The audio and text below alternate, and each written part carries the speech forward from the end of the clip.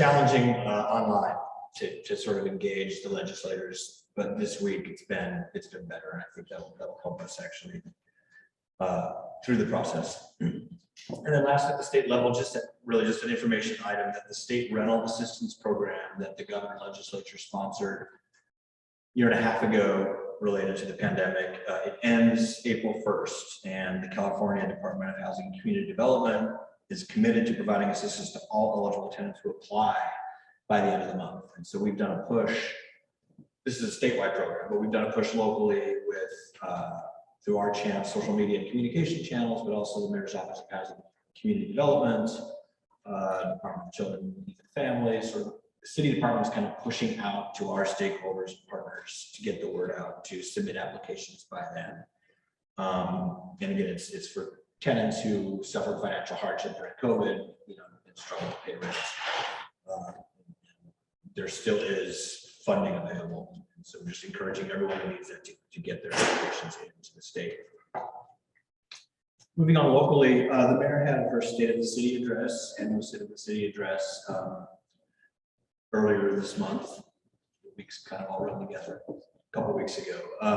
Just want to highlight a few of the things that she highlighted and kind of what her sort of area of focus is going to be over the next year and beyond. Hopefully, she talked about a well-run school system delivering essential services, accountability, competency. She reiterated her calls for more police officers and a new police academy, noting that there's been a decline of 250 officers from just 3 years ago and 540 officers below the number that's currently needed, according to an independent analysis done by a consultant. The third, reforming the city's bureaucratic approval system for new housing. She really pushed, she has been pushing that a lot to get more housing really at all levels, market rate and affordable through the pipeline quicker. Continued action in the Tenderloin, which I'll also touch on a little later in my report, to make the neighborhood safer for residents and visitors. Increased efforts to deliver mental health services for people in need, particularly people on the street. And then a multi-year effort to better serve children and families, known as the Children and Family Recovery Plan, which is something that was led by the Department of Children, Youth and Families, but that we, along with the Department of Public Health and other city departments, had a lot of input into sort of framing kind of where the focus should be around children and family recovery. And our emphasis was a lot on food support, general family support needs, education for young people, and then focusing on kids in foster care and ensuring that they have housing and supports that they need as they get older and graduate out of foster care. And then also locally, I'm sure there's been plenty of press on the Tenderloin declaration of emergency by the mayor, and also the Tenderloin Linkage Center, the TLC. The 90-day state of emergency that the mayor declared in the Tenderloin has ended, and this is really focused on addressing high rate of drug overdoses and street drug sales and general quality of life issues in the Tenderloin. So the crisis ended. The declaration ended because it was 90 days, but the interventions all continue. Daily coordination calls led by the Department of Emergency Management, involving all departments ranging from the Department of Public Works to HSA, DPH, HSH, continuing to do outreach, continue to do street cleaning and other interventions to sort of disrupt the pattern of TL. 20 officers from the police department have been assigned to the TL, doing sort of neighborhood beats there to address the drug dealing activity and violent crime. And then the Tenderloin Linkage Center, of course, opened, which is really it's the health and human services aspect of the emergency activation. We have staff on site. In fact, our IHS in-home supportive services program director, Krista Gata, who works for the Department of Aging and Disability, is actually heading the Linkage Center. She took a temporary leave to do that. Also, another manager, Tiana Wertheim, from our SFBN division, is over there doing the social services coordination. And we're really there to provide support and access to benefits, county adult assistance, Medi-Cal, food support, as well as workforce development as well. So That is going to continue to operate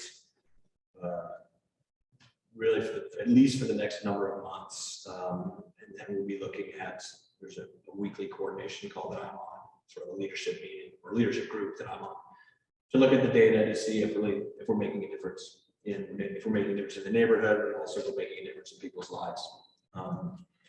And with really a kind of an eye towards, should we continue to do this? It's very resource intensive, and it requires us to deploy staff sort of similar almost to the pandemic, where we're using DSWs, disaster service workers, to do the work. But if we're showing that we're making good progress, there's certainly the political will to continue it, and with that will be the financial support, which would likely be reflected in the budget for next year. Internally, I'll start with our communications division. We have our monthly employee newsletter, which has been very well received by staff. That goes out later this week. The newsletter includes all sorts of things. It'll be COVID-19 guidance now that staff are back in the office. Mentions of all the improvements that are going on in the Civic Center to provide safer passage for our employees and our clients. We always feature the employee of the month in the newsletter. Just a good way to sort of connect staff to everything we're doing citywide as well as in the agency. We're also promoting the diaper bank expansion in partnership with the mayor's office with a press release and a social media campaign that begins on April 1st.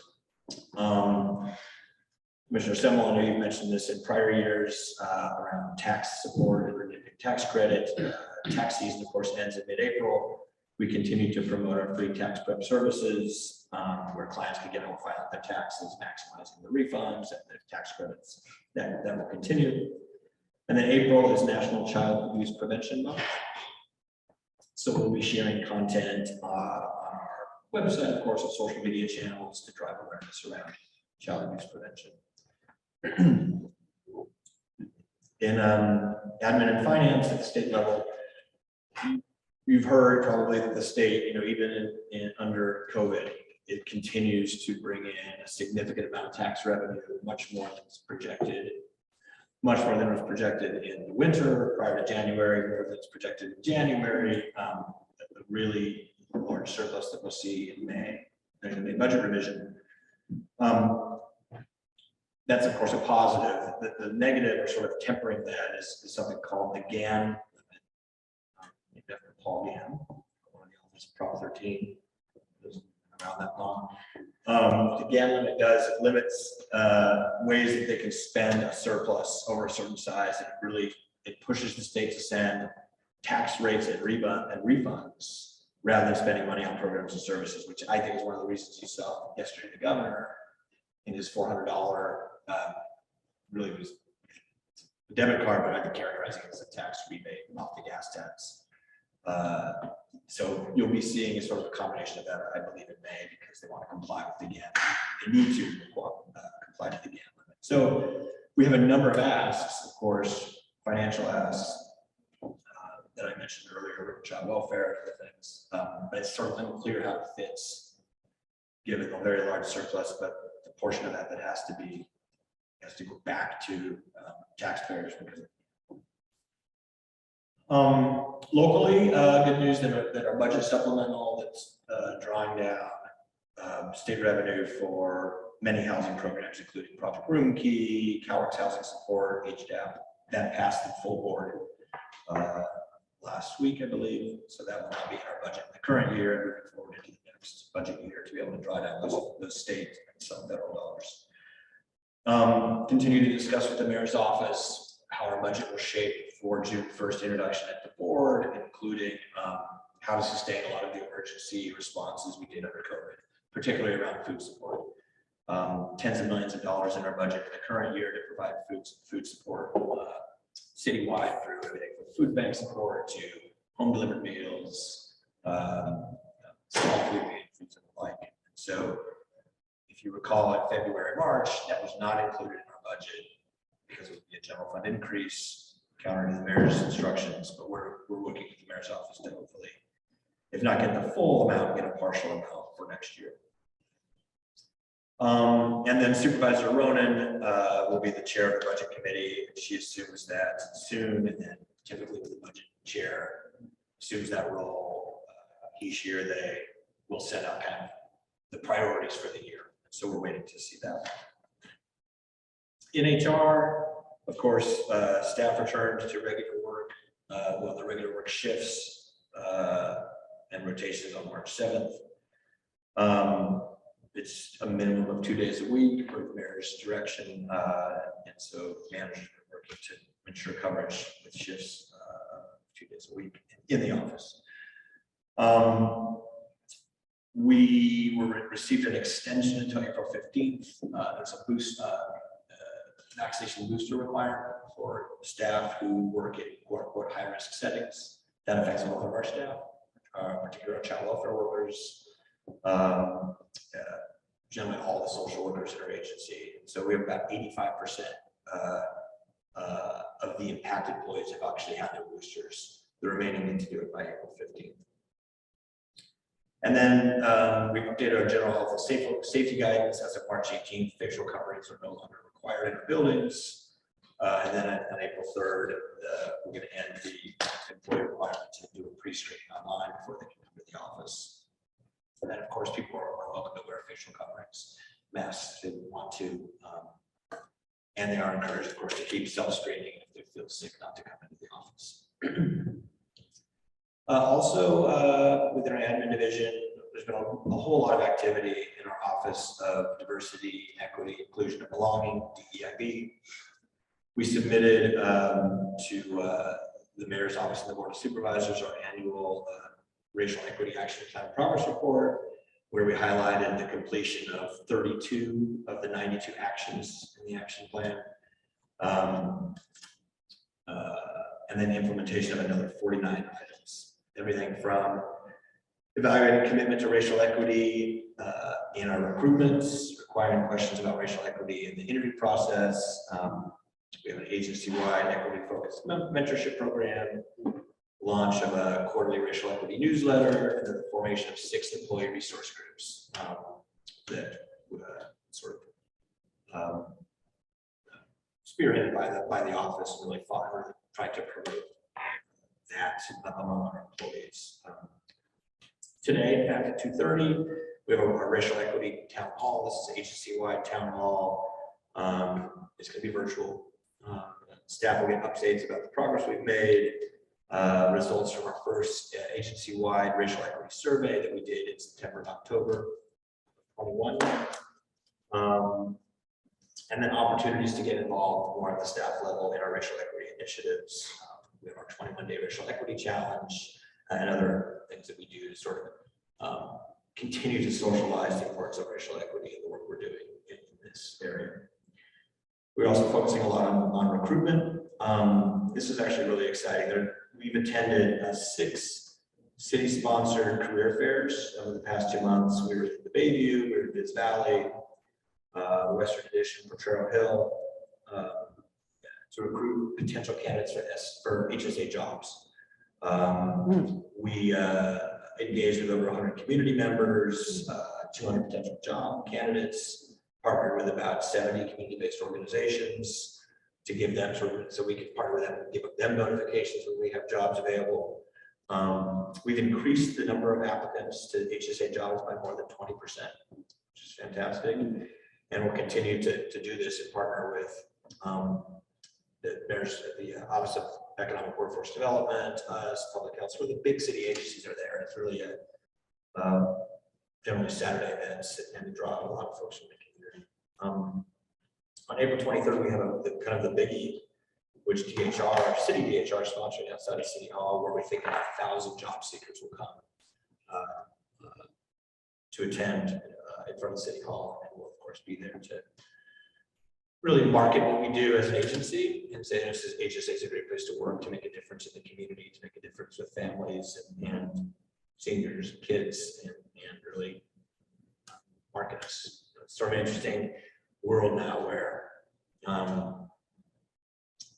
think we're seeing sort of nationwide, certainly statewide, where there's a lot of job openings and a lot fewer applicants. And this is sort of a strange dynamic. So we just kind of have to shift gears of what we do and say, this is a great place to work. This is why, and this is how. So hopefully that continues to bear fruit. Exciting news in Medi-Cal.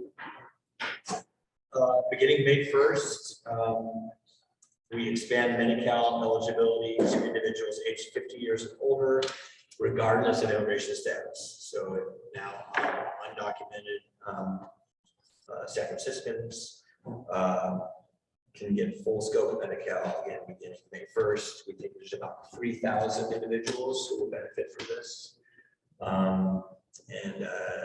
We think it'll be a fairly easy lift.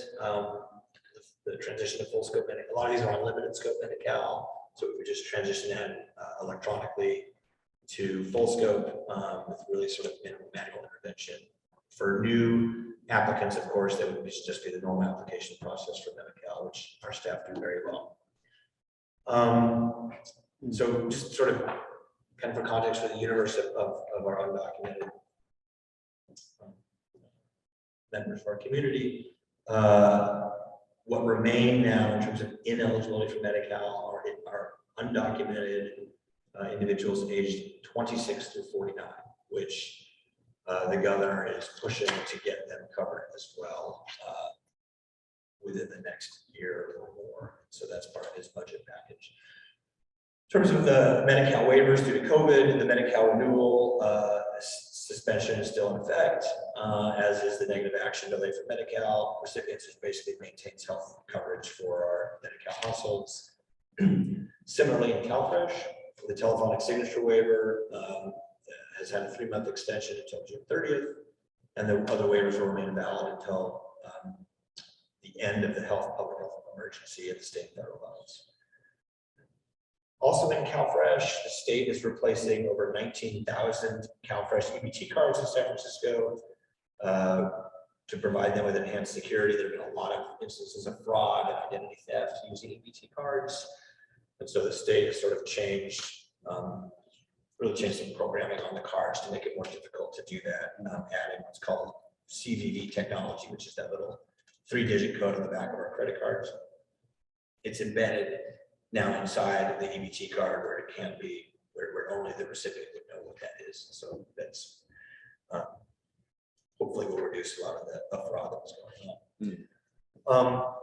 In our CAP program, sort of getting back sort of their work at the Tenderloin Linkage Center, the past 2 months since the TLC or Tenderloin Linkage Center opened, and in collaboration with our partners at the Homeless Supportive Housing Department, we've had 72 CAP eligible clients processed for immediate placement, permanent supportive housing, and then another 30 clients pending right now for CAP eligible housing. So this is really a way to fast track individuals who are eligible for county home assistance into housing.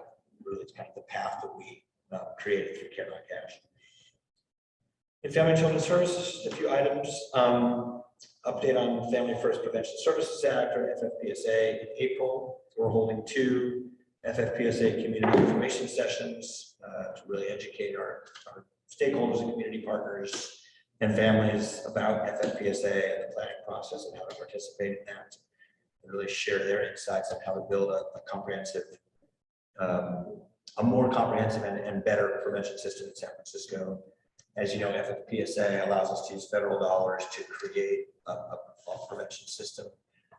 We have had one for many, many years in San Francisco, but this allows us to increase funding for it and really make it more robust and comprehensive using federal dollars. And so that's what those sessions are really designed to get input around that. COVID vaccination update for our foster youth. In an effort to increase the vaccinations for our FCS youth, we're partnering with UCSF, with Public Health, to the Independent Living Skills Program as well, the Guardian Scholars Program at San Francisco State, and other CBOs, really to train youth and young adults to educate their peers about the importance and the benefits of being vaccinated.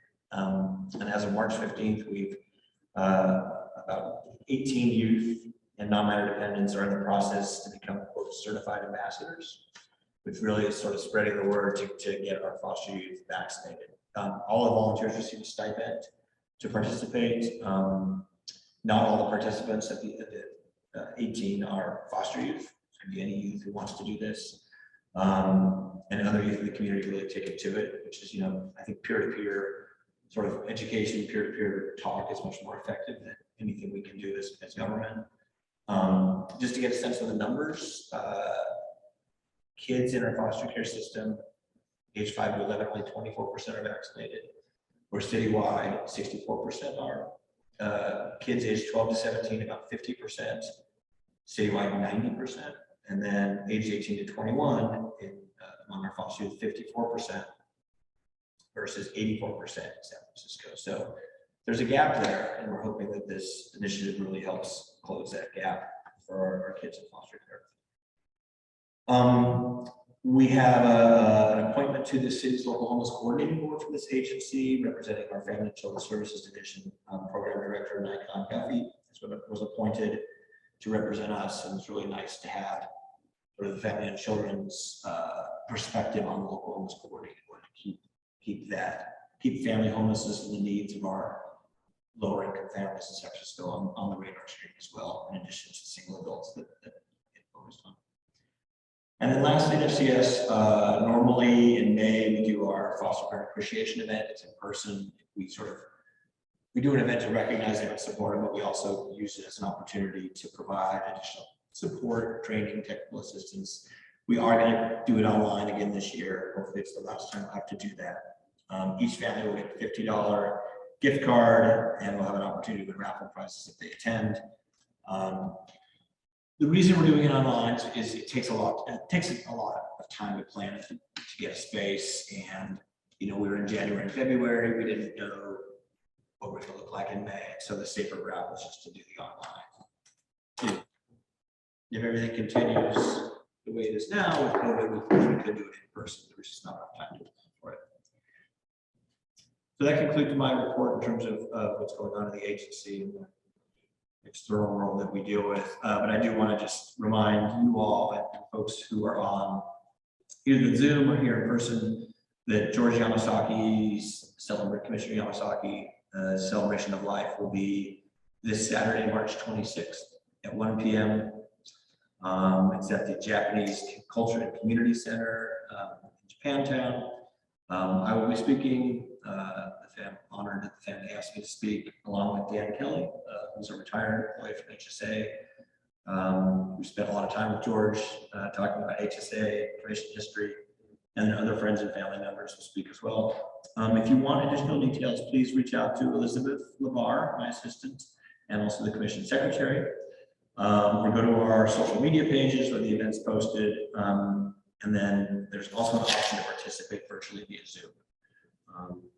And also the event planners asked if they can use some volunteers. So if anyone's interested in volunteering to help, whether it's ushering or setting up food or whatever, please contact us. So hopefully I'll see many of you there to celebrate a very wonderful person and a very dedicated I'll call myself a servant even though he wasn't paid for his 40 years of duty. But I'll call him. So I'll conclude with that, commissioners. Open up for questions. Well, are there any questions from members of the commission? Well, I would simply like to say this is the first meeting that I've presided over that George hasn't been here. We had a session a week ago, not a commission meeting, but a training session. And it's a real loss knowing that he's not here to correct my mistakes and for me to turn to him and say, George, what do you think? Am I doing this right or whatever? I don't think there was ever a meeting that I didn't ask him a question about parliamentary procedure or something. He's very much on our mind. Rita mentioned it earlier to me driving down here. And I care a great deal. He was a wonderful man and wonderful to our agency.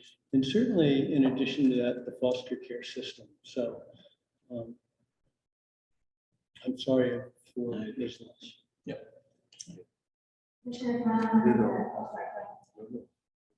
Did I? Oh, Did you get that? Did I? I wanted to piggyback on what Executive Director Aurora was saying about masking in the offices. It is true that SFHSA does not have masking rules anymore in our office spaces, except the mayor's office requires in commission meetings that we wear masks still. Obviously, when you're speaking, it's Okay. fine, but no, I don't mean it like that. I just Well, wanted to clarify that the Bourne Auditorium has its own separate rules. its own since I'm a office. little bit away from everyone, I'm just Yeah. I can't talk and. No, you're fine. It's more for the Okay. public. Yeah. Okay. That's all. I just wanted to add a little detail. Okay, thank you. Moving on to item 5, our employee of the month. The commission is pleased to announce that Bin Bin Chin, our program specialist with CAP, is the March 2022 employee of the month. Bin Bin is a great team player. She is always happy to help and contribute to achieve department goals. With staff reductions, Bin Bin has adjusted to the needs of the program and is very flexible with additional assignments. She welcomes the additional assignments very graciously and views them as a learning opportunity. During stressful times, she maintains a positive attitude, which creates a better atmosphere for everyone. Bin Bin does not wait for a coworker to ask for help. She understands the importance of acknowledging other employees and offers assistance. There's nothing that Bin Bin can't do. She always thinks of a solution that will benefit the entire team. Bin Bin actively contributes to the team in order to meet deadlines, projects, and tasks. She listens, communicates, provides ideas, and brainstorms solutions. She provides advice and motivates and encourages staff when they are having a rough day. She values each and every person and wants everybody to succeed. Last fall, Bin Bin successfully coordinated and implemented a massive lift, the reopening of the work fair and triage. This effort involved many meetings with many disparate groups from workforce development, health services, IT operations, in both caring and intake sections within CAP. Bin Bin updated the entire online manual and related forms. She also led the team that distributed the information. This meant coordinating policy and intense meetings with difficult details. She then led the team that trained the entire program on these changes with 10 two-hour training sessions over 2 weeks, followed by a separate Q&A session. After all that, she tackled a project of similar scope and size with the generic carrying project. This was a huge change for CAP, training every worker how to handle all aspects of carrying a case versus a particular function. Bin Bin again held morning and afternoon training sessions for over a week, along with another Q&A session for open questions or further clarification. In spite of the immense responsibility on her shoulders, she carried herself with a calmness throughout it all and was helpful to her coworkers when they needed advice.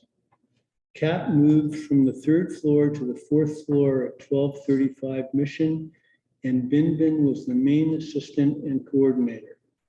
This was no easy task as it required a laser focus on details, ample coordination, and a ton of patience, not to mention lots and lots of boxes. Bin Bin has taken on more tasks, always with a positive attitude. She is now responsible for many of the reporting processes due to a lack of staff and is always punctual, helpful, and eager to help. This is in addition to her regular duties, which continue to be timely and complete. Colleagues all agree. Bin Bin is very easygoing and a pleasure to work with. She truly deserves this recognition for her hard work and great leadership. Congratulations, Bin Bin. here today is her husband, Whelan Z. Am I pronouncing that properly? Yeah. Okay. Thank you for being here. Can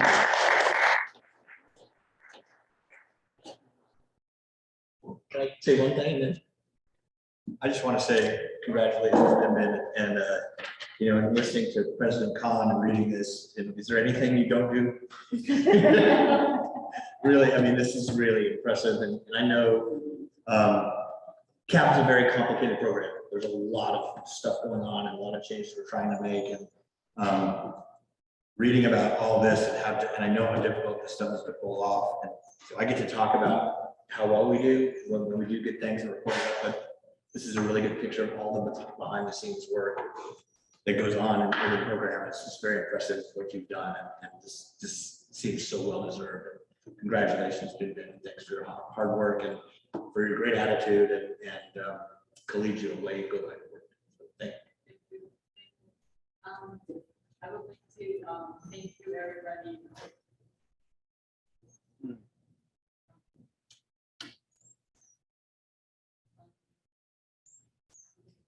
Yeah. All right. Perfect. So, good morning, everyone. It's an honor to be here, be able to see with you more. Really appreciate and thank you for the nomination, and thank you, Commission, for selecting me for Employee of the Month. I really appreciate this opportunity to share my accomplishments with everybody here, and I would like to thank Bernie who selected me, picked me up from the interview, so that I have the opportunity to work as an ESS and HSA staff. So I heard a lot of things about HSA before I coming in, so it's very exciting for me, a journey for me to come in to serve as one of the staff to help our clients. And my background came from employment placement with clients looking for jobs and people with disabilities. So we were working collaboratively with Jobs Now program and working with employers to place people in the workforce. So it's a great opportunity when I joined here to be able to serve our client and help them re-enter the workforce and become self-efficient. So really thank you, Bernie, for picking me up in the interview. Jobs is quite nice. And I would like to thank Patty and Jason for giving me the opportunity to work at CAP, to really introduce me to the capability world, and able to, they trust me with all the projects and provide me assistance if I needed this. So that is a great opportunity to learn a lot of things, including project management and also different knowledge with the city regulations and stuff. So I promise Patty and Jason, I will continue to work as hard as possible and continue to be working to live up to your expectation and excel and even more. And I want to also thank Mark for being my supervisor, super supportive in terms of my project and assignment, and very open to listen in my suggestions. And he created a very great work environment for us so that we can working collaboratively and also able to share our ideas. And I really appreciate the floor in terms of his open door policy with a lot of the operation or projects and stuff. And last but not least, I want to thank my team, my colleagues in 120 unit, the old 120 unit and the existing 120 unit, you know who I'm talking to. Right? And also, of course, the U100 section staff and U300 and the U400 section staff. Without your help, I'm not able to complete the project myself. I go through them for a lot of questions and all systems. So I really appreciate all of your help. Sorry, last but not least, my IT department, what I call it, my IT department contacts, I'm always bothered, I'm sorry. But without you, I cannot complete my project too. So I really appreciate your help and thank you all. Thank you for all your continued support. Thank you. Thank you.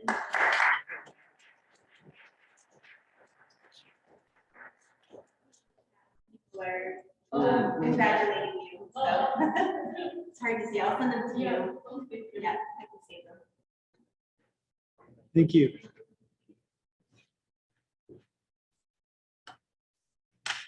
Item 6 on the agenda is the consent calendar. Do any of my fellow commissioners want to remove an item for individual discussion? Is there any public comment? Hearing no further requests to speak on this item, is there a motion to approve the consent calendar? I move the consent calendar, item 6 on the agenda. Is there a second? Second by Rita Semmel. So moved. Item 7A is the resolution to hold in-person meetings with some members possibly appearing remotely. Now, Trent, excuse me, do I need to read this each and every time that we have a meeting? Law requires it, unfortunately, yes. Okay, here we go. Whereas California Government Code 54953E empowers local policy bodies to convene by teleconferencing technology during a proclaimed state of emergency under the State Emergency Services Act, so long as certain conditions are met. And whereas in March 2020, the governor of the state of California proclaimed a state of emergency in California in connection with the coronavirus disease 2019, COVID-19 pandemic, and that state of emergency remains in effect. And whereas in February 25th, 2020, the mayor of the city and county of San Francisco declared a local emergency, and on March 6th, 2020, the city's health officer declared a local health emergency, and both those declarations also remain in effect. And whereas on March 11th and March 23rd, 2020, the mayor issued emergency orders suspending select provisions of local law, including sections of the city charter that restrict teleconferencing by members of policy bodies. And whereas on September 16th, 2021, the governor signed Assembly Bill 361, a bill that amends the Brown Act to allow local policy bodies to continue to meet by teleconferencing during the state of emergency without complying with restrictions in state law that would otherwise apply, provided that the policy bodies make certain findings at least once every 30 days. And whereas while federal, state, and local health officials emphasized the critical importance of vaccination and consistent mask wearing to prevent the spread of COVID-19, the city's health officer has issued at least one order, Health Officer Order number C19-07Y, available online by way of one directive that continues to recommend measures to promote physical distancing and other social distancing measures, such as masking in certain contexts. And whereas the California Department of Industrial Relations, Division of Occupational Safety and Health, has promulgated Section 3205 of Title 8 of the California Code of Regulations, which requires most employers in California, including the city, to train and instruct employees about measures that can decrease the spread of COVID-19, including physical distancing and other social distancing measures. And whereas without limiting any requirements under applicable federal, state, or local pandemic-related rules orders, or directives, the city's Department of Public Health, in coordination with the city's health officer, has advised that for group gatherings indoors, such as meetings of boards and commissions, people can increase safety and greatly reduce risk to the health and safety of attendees from COVID-19 by maximizing ventilation, wearing well-fitting masks as required, using physical distancing where the vaccination status of attendees is not known, and consider holding the meeting remotely if feasible, especially for long meetings with any attendees with unknown vaccination status and where ventilation may not be optimal. And whereas, consistent with the mayor's orders and the state law, the Human Service Commission met remotely during COVID-19 pandemic through March 6, 2022. And whereas on February 10th, 22, the mayor issued an emergency order that requires decision-making boards and commissions established in the charter, with the exception of the Board of Supervisors, to hold meetings in person at a physical location where members of the public may attend and provide comment. 2, allows members of those boards and commissions to participate remotely in the in-person meeting for COVID-related health reasons. 3, allows but does not require subcommittees of those boards and commissions to meet in person at a physical location where members of the public may attend and provide comment. And 4, prohibits all other policy bodies, with the exception of the Board of Supervisors and its committees, from meeting in person under any circumstance with limited exceptions. And whereas the Human Service Commission will begin meeting in person consistent with the mayor's February 10th, 2022 order, allowing members to participate by video from a separate location for COVID-related health reasons, and providing members of the public an opportunity to observe and provide public comment either in person or remotely. Now, therefore, be it resolved that the Human Service Commission finds as follows. Number 1, as described above, the state of California and the city remain in a state of emergency due to the COVID-19 pandemic. At this meeting, the Human Service Commission has considered the circumstances of the state emergency. As described above, because of COVID-19 pandemic, conducting meetings of this body in person without allowing certain members of this body to attend remotely would present imminent risk to the health or safety of certain attendees due to COVID-19. And the state of emergency continues to directly impact the ability of those members to meet safely in person. And be it further resolved that at least the next 30 days, the Human Service Commission will hold in-person meetings with some members possibly appearing remotely. All meetings of the Human Service Commission will provide an opportunity for members of the public to address this body and will otherwise occur in a manner that protects the statutory and constitutional rights of parties and members of the public attending via teleconferencing. And be it further resolved that the Commission Secretary of the Human Service Commission is directed to place a resolution substantially similar to this resolution on the agenda of a future meeting of the Human Service Commission within the next 30 days. If the Human Service Commission does not meet within the next 30 days, the Commission Secretary is directed to place such a resolution on the agenda for the next meeting of the Human Service Commission. Are there any questions or comments from the Commission? Is there any public comment? Hearing no request to speak on the item, is there a motion for approval? So moved. All in favor? Aye. So moved.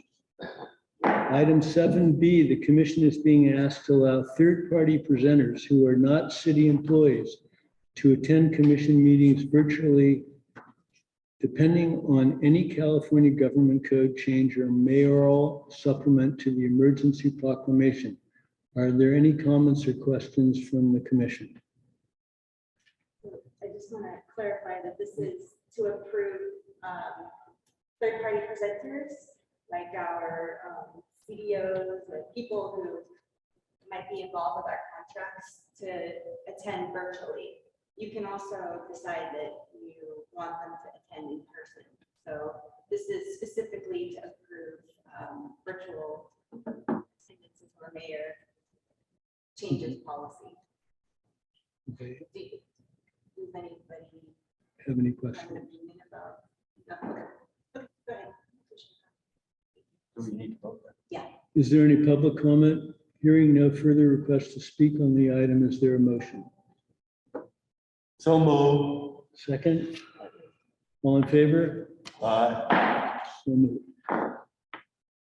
Item 7C, Jeffrey Nagy is requesting authorization to modify the existing grant agreement with Unity Care Incorporated for the provision of housing services for transitional age youth for the period of July 1st, 2021 to June 30th, 2023 for an additional amount of $1,018,619 plus a 10% contingency for a revised total not to exceed $2,292,444.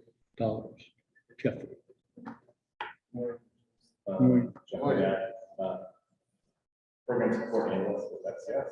It's the only person. As stated, I'm here to request the commission's authorization to modify the existing grant agreement with Unity Care. Unity Care provides housing navigation services for youth emancipated from foster care. These services include 36 months of independent living skills support, navigation support with the housing authority to apply for housing vouchers, negotiating landlord leases and rental agreements with landlords, as well as post-housing housing stabilization services. This additional funding is to provide additional staffing, but more importantly, additional funding to pay for things like moving costs, which are absorbed in San Francisco, particularly for our youth. We're joined online, I believe, by Kevin Sharps from Unity Care. A lot of people logged on. Oh, there it is.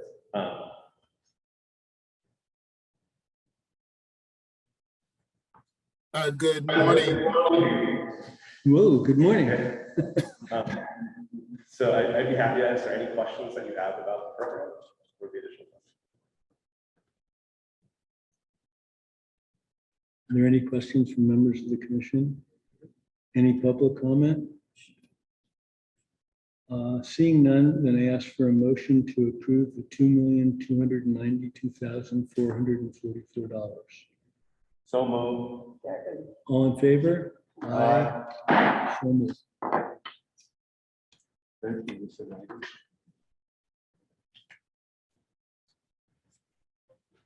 7D is Jennifer Williams requesting authorization to modify the existing contract agreement with Zora Braithwaite to provide part-time fair hearing officer services for the period of April 1st, 2022 through June 30th, 2024 in the amount of $382,200,000 plus a 10% contingency for a revised total not to exceed $420,420,000. Is that's not correct? 420,000. Oh yeah, we jumped. Jennifer, did you want that much money? No. Okay, excuse me, $420,420. Now I'm calling on Jennifer. Sorry for my mistake. That's okay. Good morning, President Khan, members of the commission, and Trent. It's so nice to see all of you this morning. I'm Jennifer Williams. I'm the Fair Hearing Officer for the CAP program. As you know, before the government can terminate public benefits to our clients, we must provide a evidentiary hearing. And that's what this contract is about.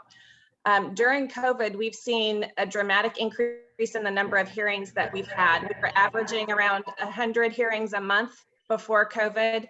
And in February, just last month, we had 187 scheduled hearings.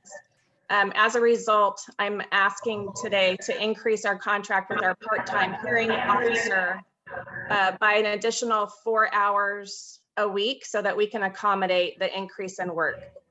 So I am requesting the commission to authorize the modification of the contract with Zora Braithwaite for the period of April 1st, 2022 to June 30th, 2024, in an amount of $382,200, plus a 10% contingency for a revised total amount not to exceed $420,420. Thank you very much. Are there any comments from members of the commission? Any public comment? Hearing no request to speak on the item, is there a motion? Okay, go right ahead, Trent. Jennifer, can you hear me? I can. Actually, this is odd. I normally don't ask questions of my own staff, but can you talk just a little bit about what the nature of the, I know we have a huge increase. Are they, sort of what's the nature of the, are they discontinuances or denials or? They're both. They're both actually. I would say it's about 50-50 discontinuances and denials. I will say that during COVID, we have seen an increase just in access to hearings and more hearings being set and more people showing up because they can just phone in. But yeah, I would put it at 50-50, both denials and denials of new applications as well as discontinuances from ongoing cases. Are you seeing any patterns that we can address programmatically?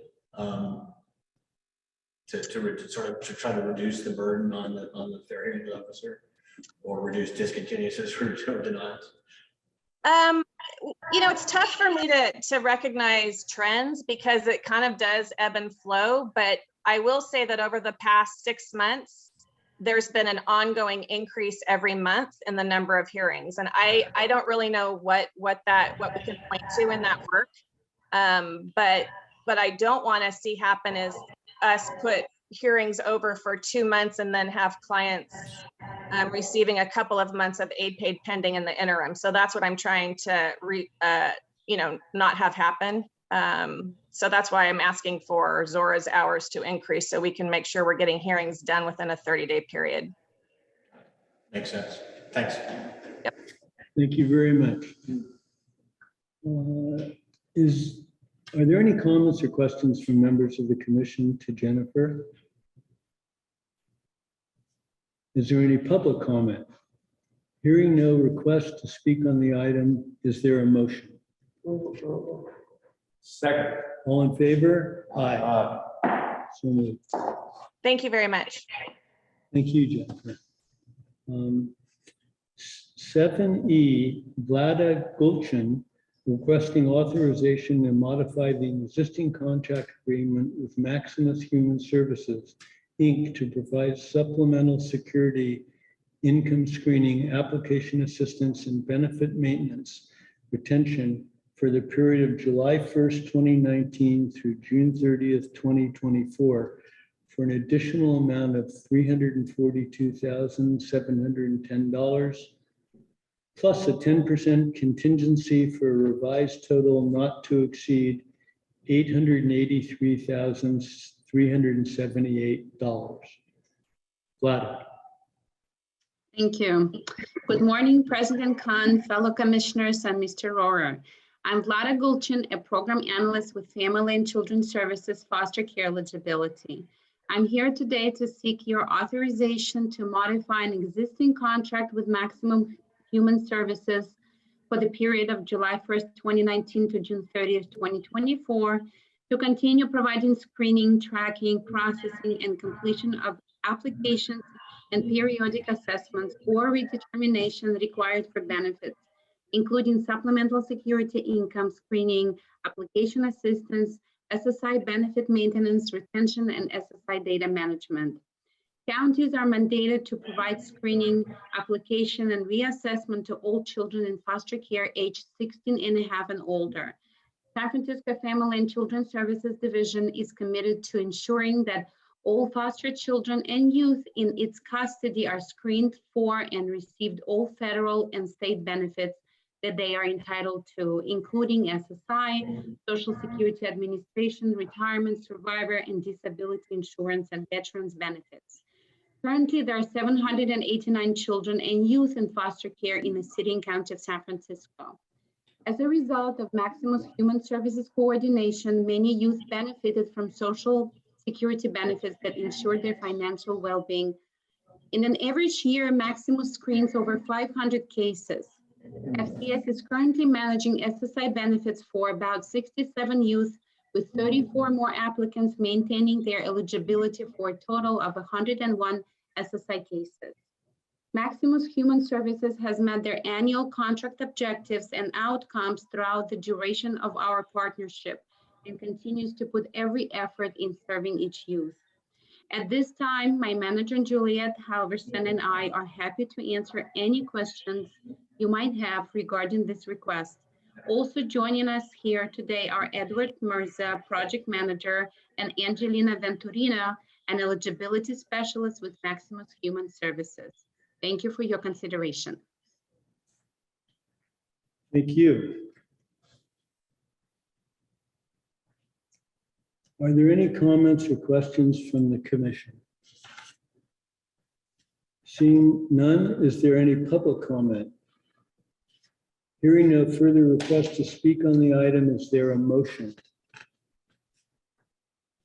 Second. All in favor? Aye. So moved. Thank you. Thank you. Thank you. Item 8 is public comment. Comments from the public will be received at this time regarding matters under the jurisdiction of the Human Services Commission. Is there any public comment? Hearing no requests for public comment, I would like to adjourn our meeting in memory of Madeleine Albright, the first woman to serve as the U.S. Secretary of State. Big loss. It's a big loss to the country, but she did such a terrific job and was such an important figure in our political system. And I wanted to adjourn the meeting in her memory, and I think we'll send a note to that effect to her daughter, Katie, who happens to work within the Human Service Agency. Well, no, privately, but has contact with our agency. So I will send a note to her, as Trent has already done. So I'd like to ask for a motion to adjourn the meeting. So move. Second. All in favor? Aye. So moved. Very well.